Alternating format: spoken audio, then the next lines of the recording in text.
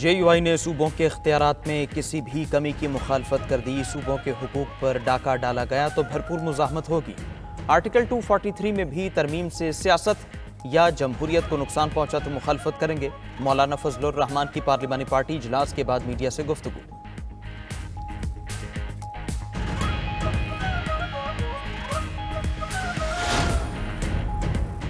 Peoples party की central executive committee का इजलास कराची भी जारी। 27वीं आईनी तरमीम पर हतमी मुशावरत। पार्टी चेयरमैन बिलावल भुट्टो ने सूबों के हुकूक और NFC से मुतालिक किसी भी आईनी तरमीम को मुस्तरद कर दिया।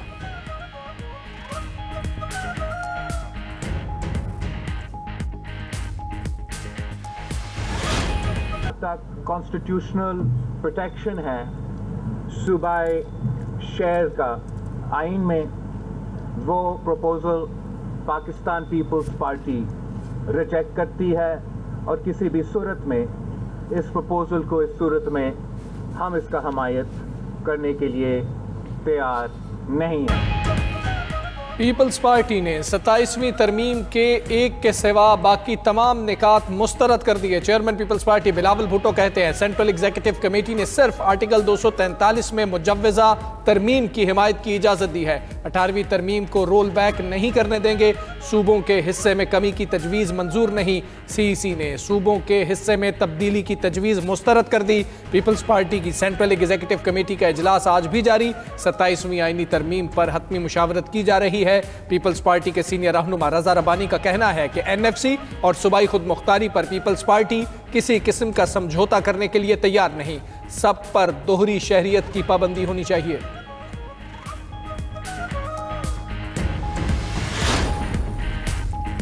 हुकूमत और पीपल्स पार्टी के दरमियान 27वीं आईनी तरमीम के मुसव्वदे पर डेडलॉक। वफाकी काबीना इजलास के मुलतवी होने की वजूहात सामने आ गई। ज़राए के मुताबिक पीपल्स पार्टी को सिंध के बल्दियाती निज़ाम और NFC अवार्ड पर तहफ़्फ़ुज़ात हैं। पीपल्स पार्टी ने मुतालबा किया कि बल्दियाती निज़ाम से मुताल्लिक उनके फार्मूले पर अमल किया जाए। MQM ने भी सिंध के बल्दियाती निज़ाम से मुताल्लिक तहफ़्फ़ुज़ात से आगाह किया था। बलोचिस्तान से इत्तहादी जमातों ने सूबाई सीटों में इजाफे से मुताल्लिक तजवीज़ दी थी। उधर वज़ारत कानून ने 27वीं आईनी तरमीम का इब्तदाई मुसव्वदा तैयार कर लिया।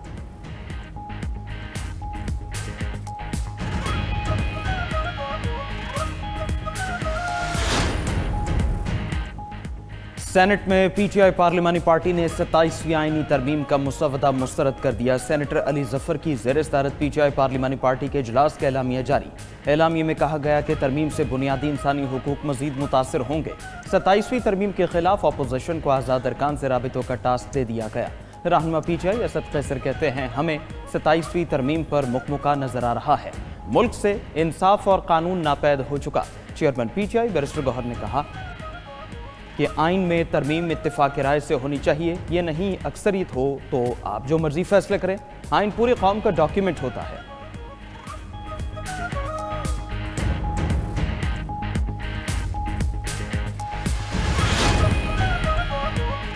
27वीं आईनी तरमीम के पेश नज़र JUI की पार्लिमानी पार्टी का इजलास। मौलाना फजलुर रहमान की ज़ेर सदारत इजलास में अरकान कौमी असम्बली और सेनेटर्स की शिरकत। 27वीं आईनी तरमीम और मुल्क की सियासी सूरत हाल पर मुशावरत। हुकूमत और अपोजिशन जमातों से होने वाली मुलाकातों पर भी गुफ्तगू हुई। उधर मौलाना फजलुर रहमान आज कराची जाएंगे। सदर ममलिकत आसिफ अली जरदारी और चेयरमैन पीपल्स पार्टी बिलावल भुट्टो से मुलाकात मुतवक्के।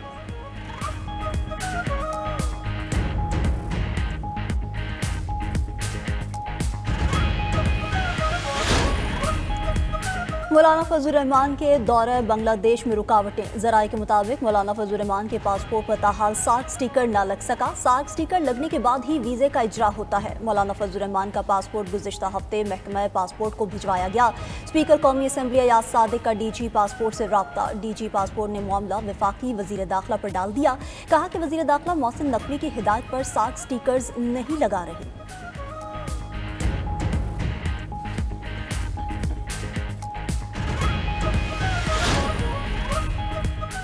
वफाकी वजीर राना तनवीर हुसैन कहते हैं 27वीं तरमीम पर काफ़ी हद तक इत्तेफाक राय हो गया। एक दो पॉइंट्स पर सियासी जमातें आपस में मुशावरत कर रही हैं। 27वीं आईनी तरमीम में क्या लाया जा रहा है, ये एक लंबी चौड़ी बात है। सेनेटर अफनानुल्लाह कहते हैं कुछ चीज़ों पर डेडलॉक है। पीपल्स पार्टी 243 पर मान गई है, बाकी चीज़ों पर भी तहफ़्फ़ुज़ात दूर करने की कोशिश कर रहे हैं। सेनेटर एमन वली खान कहते हैं ANP सूबाई खुद मुख्तारी पर समझौता नहीं करेगी।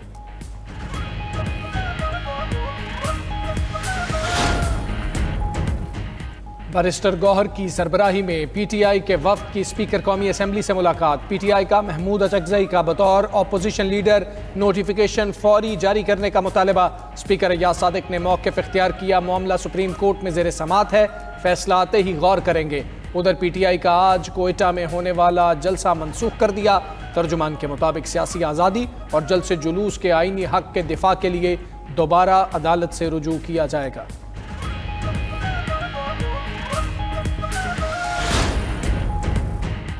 वज़ीर आज़म शहबाज शरीफ आज़रबाईजान के दारुल हुकूमत बाकू पहुँच गए। बाकू एयरपोर्ट पर वज़ीर आज़म का पुरतपाक इस्तकबाल किया गया। वज़ीर आज़म शहबाज शरीफ आज़रबाईजान के यौम फ़तह की 5वीं सालगिरह में शरीक होंगे। Field marshal general Asim Munir और तुर्क सदर रजब तैयब एर्दोगान भी तकरीब के मेहमान खुसूसी होंगे। वज़ीर आज़म सदर इल्हाम अलियोफ और दीगर क़यादत से मुलाकातें भी करेंगे। रवानगी से कबल वज़ीर आज़म शहबाज शरीफ से ईरान के पार्लिमानी स्पीकर डॉक्टर मोहम्मद बाकिर कालीबाफ की मुलाकात, दो तरफ़ा ताल्लुकात, इलाकाई ताउन और मुस्लिम उम्मा के इत्तेहाद पर तबादला ख्याल किया गया।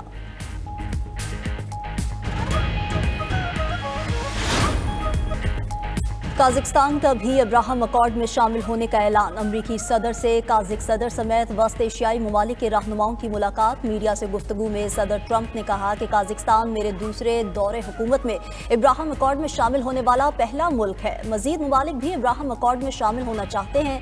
ये पेशरफ दुनिया में अमन के फ़रोग़ की जानिब नुमाया कदम है। सदर ट्रंप की एक बार फिर हमास को भी धमकी। कहा हमास ने गड़बड़ की तो उसके खिलाफ ताकत का इस्तेमाल करेंगे। गज़ा में इंटरनेशनल फोर्स जल्द तैनात होगी।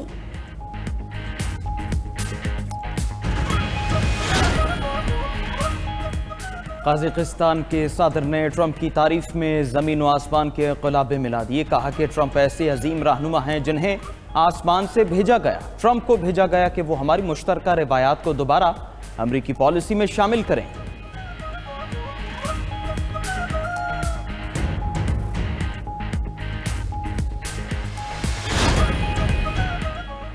भारतीय वज़ीर आज़म मोदी ने रूस से बड़े पैमाने पर तेल खरीदना बंद कर दिया। व्हाइट हाउस में अमरीकी सदर ट्रंप कहते हैं भारत के साथ अच्छी बातचीत हो रही है। भारतीय वज़ीर आज़म मोदी मेरे दोस्त हैं, वो चाहते हैं कि मैं भारत आऊं। आइंदा साल भारत का दौरा कर सकता हूं।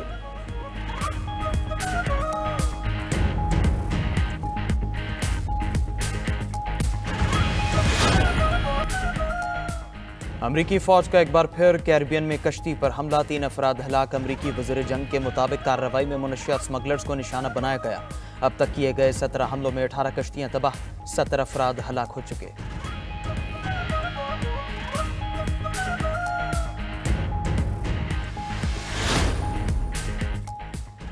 और चीन की बरामदात में अक्टूबर के दौरान गैर मुतवक्के कमी, मुल्की पैदावार 6 माह की कम तरीन सतह पर आ गई। खबर एजेंसी के मुताबिक चीन और अमेरिका के दरमियान तिजारती कशीदगी आलमी मईशत पर मनफी असर डाल रही है।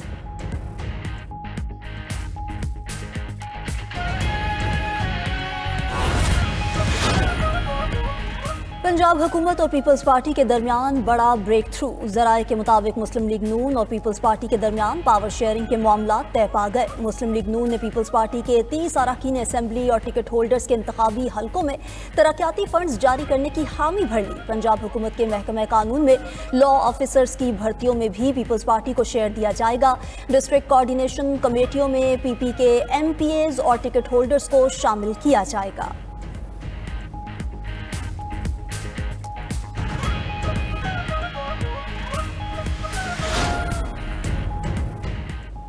स्मॉग के खात्मे के लिए इक़दामात को दुनिया तस्लीम कर रही है। वज़ीर आला पंजाब मरीम नवाज की लंदन में मीडिया से गुफ्तगू। कहा ट्रांसपोर्ट को बतदरीज ग्रीन एनर्जी पर शिफ्ट किया जा रहा है। इलेक्ट्रिक बसेज और इलेक्ट्रिक बाइक लाए हैं। सुथरा पंजाब दुनिया का मुनज़्ज़म वेस्ट मैनेजमेंट प्रोग्राम है। पहली बार पंजाब COP30 में बतौर मुबस्सर की हैसियत से नहीं बल्कि बाकायदा तौर पर शरीक हो रहा है। टूरिज्म, वाइल्ड लाइफ और माहौलियात में बेहतरी के लिए खातिर खा काम किए हैं। वज़ीर आला मरीम नवाज ने ब्राज़ील जाते हुए लंदन में मुख्तसर क़याम किया।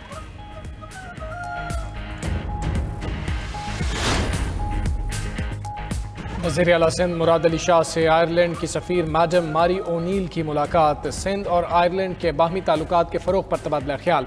वज़ीर आला मुराद अली शाह ने आयरलैंड की सफ़ीर को सिंध में तरक्याती मनसूबों से आगाह किया। सफ़ीर आयरलैंड ने कहा कि शहीद बेनज़ीर आबाद ज़राअत के लिहाज से ज़बरदस्त इलाका है। हर तरफ केले, ग्रेप फ्रूट और आम के बागात हैं।